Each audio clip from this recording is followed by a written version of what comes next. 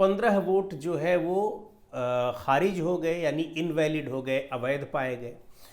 अवैध कैसे पाए गए ये भी एक बड़ा सवाल है, और किनके वोट अवैध पाए गए ये भी सवाल है, क्योंकि बड़ी ट्रेनिंग दी जाती है। एक दिन पहले दोनों ही गठबंधन के नेताओं को, सांसदों को ट्रेनिंग दी गई कि कैसे वोट डालना है। प्रेफरेंशियल वोटिंग होती है, यानी जितने भी कैंडिडेट होते हैं उनके नाम के आगे आपको 1, 2, 3 लिखना होता है। तो 2 ही कैंडिडेट थे, यानी पहले प्रेफरेंस का वोट आप किसको दे रहे हैं और दूसरे प्रेफरेंस का वोट किसको दे रहे हैं।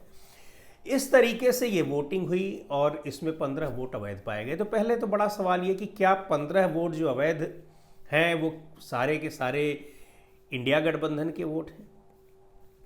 और दूसरी बात ये कि जो एनडीए के उम्मीदवार को 452 वोट मिले हैं, यानी 25 वोट के बजाय उनको लगभग 26-27 वोट जो अतिरिक्त मिले हैं वो कहाँ से मिले। उनमें 11 वोट तो वाईएसआरसीपी के हैं जो उनको मिले। वाईएसआरसीपी ने इनको समर्थन देने की घोषणा कर रखी थी, तेलंगाना की पार्टी है। और 14 वोट ऐसे रहे जो अनुपस्थित रहे, यानी उन्होंने वोट दिया नहीं। उनमें 4 सांसद थे बीआरएस के, ये 4 के चारों राज्यसभा के हैं, लोकसभा में कोई सांसद जीता नहीं है। 7 बीजू जनता दल के थे, ये भी राज्यसभा के सदस्य हैं।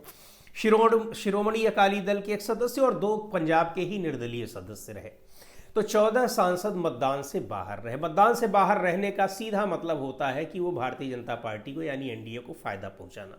खैर, ये उनकी अपनी सोच थी, उनको एब्सटेन करना था, उन्होंने किसी को नहीं दिया। हालांकि बीआरएस के नेता ने कहा था कि अगर नोटा का विकल्प होता तो वो नोटा को दबाते, लेकिन ये 14 लोग अनुपस्थित रहे। तो सवाल ये उठ रहा है कि जो ये 12-14 अतिरिक्त वोट मिले हैं एनडीए गठबंधन के उम्मीदवार को, वो कहाँ से आए।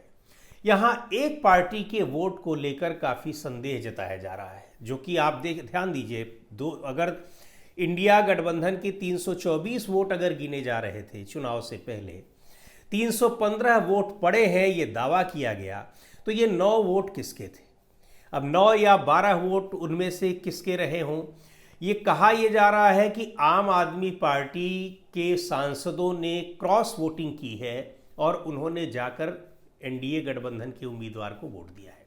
हालांकि मतदान के बाद, मतदान के दौरान भी संजय सिंह का ये बयान आया था, आम आदमी पार्टी के सांसद, उनकी पार्टी के सभी सांसद वोट डालेंगे इंडिया गठबंधन के उम्मीदवार को, और पहले से भी उन्होंने ये घोषणा कर रखी थी और मतदान के दौरान भी। लेकिन सवाल उठता है कि क्या उन्हीं की पार्टी के सांसदों ने, पूरे के पूरे सांसदों ने क्रॉस वोटिंग कर दी।